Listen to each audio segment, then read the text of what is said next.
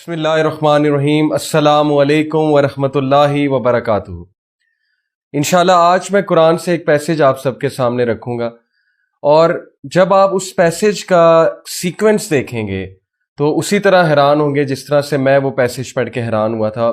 Surprisingly ایک دن میں نے اللہ سبحانہ وتعالیٰ سے دعا کی کہ اللہ سبحانہ وتعالیٰ میں قرآن کھولنے لگا ہوں، میری رہنمائی فرمائیے اور مجھ سے بات کیجیے۔ تو جب میں نے قرآن مجید کھولا تو یقین کیجیے کہ یہ پیسج میرے سامنے آیا، اور جب میں نے وہ آیات پڑھی، ان کا مطالعہ کیا تو مجھے بہت سکون ملا۔ آپ سب کے ساتھ شیئر کرنا چاہوں گا۔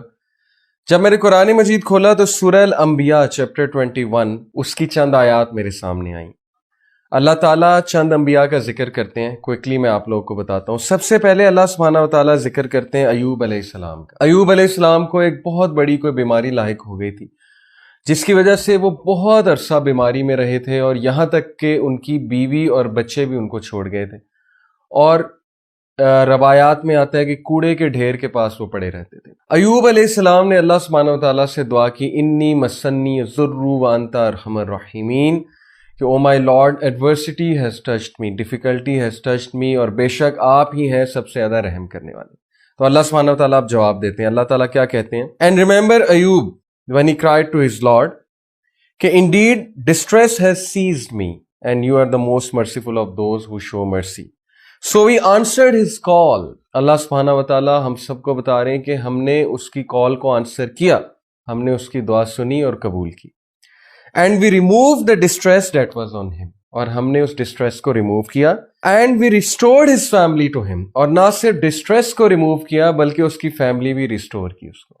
تو اللہ تعالیٰ امید دلاتے ہیں کہ جب بھی انسان ہمیں پکارتا ہے اور بہت بیچارگی میں پکارتا ہے تو اللہ سبحانہ وتعالیٰ ضرور رپلائی کرتے ہیں، اور اس کو وہ سب دیتے ہیں جو وہ مانگ رہے۔ اس کے بعد اللہ سبحانہ وتعالیٰ اسماعیل علیہ السلام، ادریس علیہ السلام اور ذوالکفل علیہ السلام کی بات کرتے ہیں کہ وہ تمام کے تمام الصابرون میں سے تھے، پیشنٹ میں سے تھے۔ اللہ سبحانہ وتعالیٰ نے ایڈورسٹی کا ذکر کیا، کس کی؟ ایوب علیہ السلام کی۔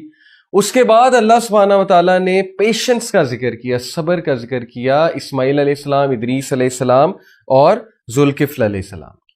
اس کے بعد دیکھیے پھر اللہ سبحانہ وتعالیٰ کہتے ہیں کہ ہم نے ایڈمٹ کیا انہیں ان آر مرسی verily they were of the righteous، ہم نے انہیں اپنی رحمہ میں ایڈمٹ کیا کیونکہ وہ نیکوکار تھے۔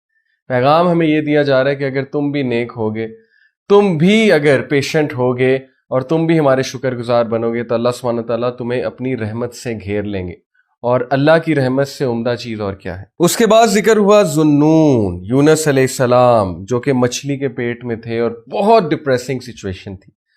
ایسی سچویشن تھی کہ دنیاوی اسباب کے لحاظ سے دیکھا جائے تو کوئی مدد کے لیے نہیں آ سکتا تھا اور کبھی بھی نہیں نکل سکتے تھے۔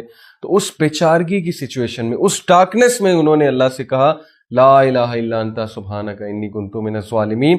تو اللہ سبحانہ وتعالیٰ کہتے ہیں so we answered his call، ہم نے اس کی کال کو آنسر کیا اور delivered him from the distress and thus we deliver the believers، اور اسی طرح ہم مومنین کو نکال لیا کرتے ہیں ڈسٹریس سے اور ڈارکنیس والے فیس سے۔